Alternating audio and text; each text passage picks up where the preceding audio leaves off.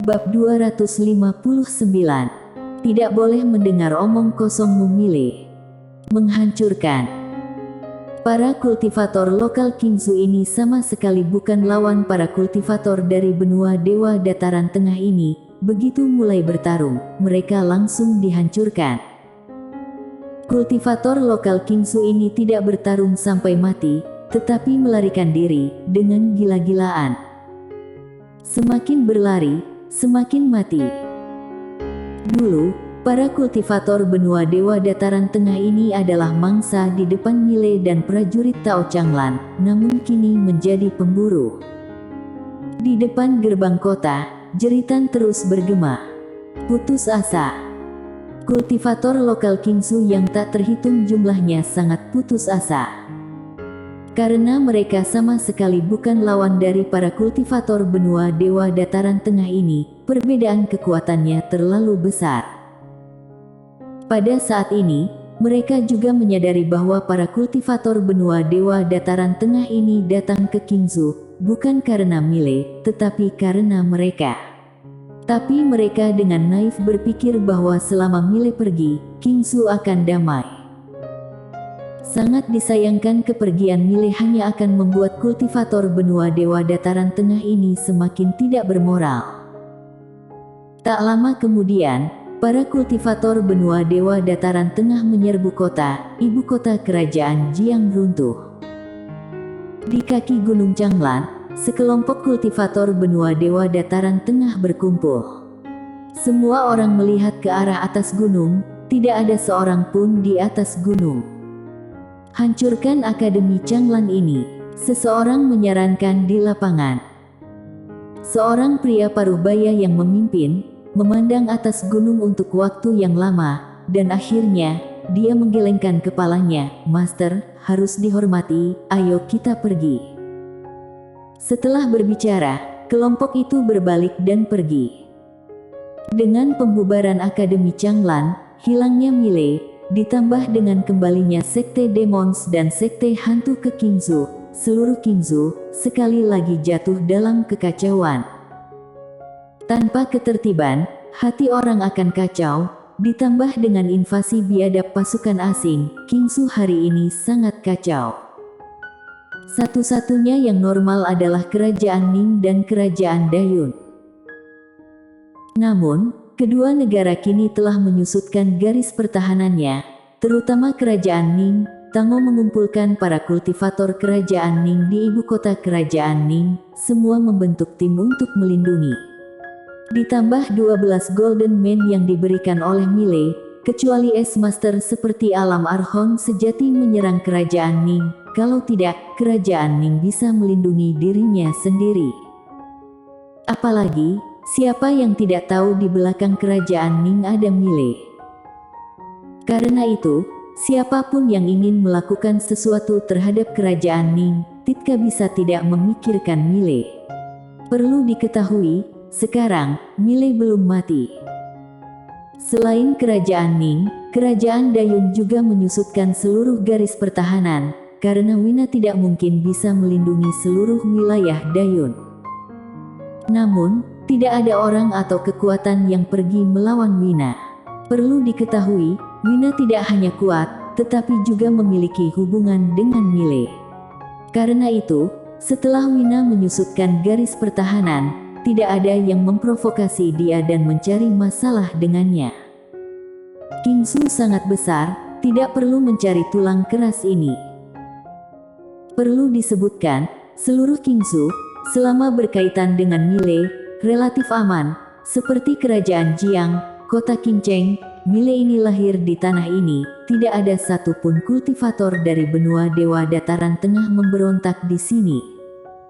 Tidak ada yang ingin memprovokasi Mile. Tapi di banyak tempat, banyak orang masih bersorak, gembira atas pembubaran Akademi Changlan oleh Mile, berpikir selama Mile membubarkan Akademi Changlan, perkumpulan pelindung dunia dan para kultivator benua dewa dataran tengah ini akan mundur dari Qingzu. Tidak hanya itu, di beberapa tempat, bahkan setelah mengetahui Mile membubarkan Akademi Changlan, kultivator benua Dewa Dataran Tengah tidak meninggalkan Qingzhou, tetapi semakin intensif. Saat menjarah Qingzhou, mereka semakin membenci Milei. Karena menurut mereka para kultivator benua Dewa Dataran Tengah ini tidak akan menjadi begitu marah jika bukan karena perlawanan Milei. Karena perlawanan Milei inilah membuat marah para kultivator benua Dewa Dataran Tengah ini, semua karena Milei. Meskipun Milei membubarkan Akademi Changlan dan menghilang, banyak kultivator Qingzhou masih berpikir Milei adalah pendosa Qingzhou. Dan Milei diam-diam meninggalkan kerajaan Jiang, menuju ke selatan Qingzhou. Sepanjang jalan, Milei melihat beberapa kultivator jahat dari benua Dewa Dataran Tengah. Dia akan langsung menghunus pedang. Namun, dia tidak akan lagi melakukan hal besar seperti melindungi Qingzhou. Saat wanita misterius pergi, dia mengucapkan sepatah kata kepadanya, dan kalimat itu adalah, lakukan apapun sesuai kemampuanmu. Dan dia tidak memiliki kemampuan untuk menyelamatkan dunia. Selain itu, ada beberapa orang tidak layak dilindungi dengan nyawa oleh Milei dan saudara-saudaranya. Dia, Milei, bukan orang suci, tidak bisa melakukan hal baik yang dibalas dengan jahat. Kamu marah aku, ingin aku mati, dan aku masih ingin melindungi kamu. Dia tidak tahu apakah orang suci itu bisa melakukannya, yang penting dia tidak mampu melakukannya. Dia telah bekerja keras untuk tanah ini. Dia bisa melawan kultivator benua Dewa Dataran Tengah, tetapi dia tidak bisa menahan keegoisan dan keserakahan kultivator lokal di Qingzhou. Bagi dia sekarang adalah melakukan apa yang bisa dia lakukan, melindungi orang-orang di sekitarnya yang layak dilindungi. Saat ini, targetnya adalah jalur pegunungan Tongara di selatan Qingzhou. Karena Dewa Agung Erlu memintanya untuk pergi ke sana. Ada aturan Tao. Selama periode Dewa Agung Erlu keluar, selain berkelahi beberapa kali dengan perkumpulan pelindung dunia, dia juga pergi mencari aturan Tao untuknya. Tidak, harus dikatakan, Dewa Agung Erlu mencari untuk diri dia sendiri. Karena jika ingin keluar lebih awal, dia harus menemukan aturan Tao kedua.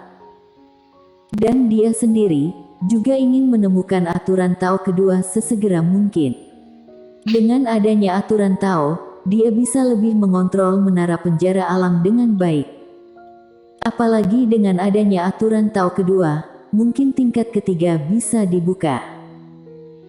Meskipun para tahanan di menara ini sangat berbahaya, jika ditangani dengan baik, mereka mungkin bisa menjadi asisten yang kuat. Seperti Dewa Agung Erlu, meskipun dia biasanya galak, dia juga banyak membantunya.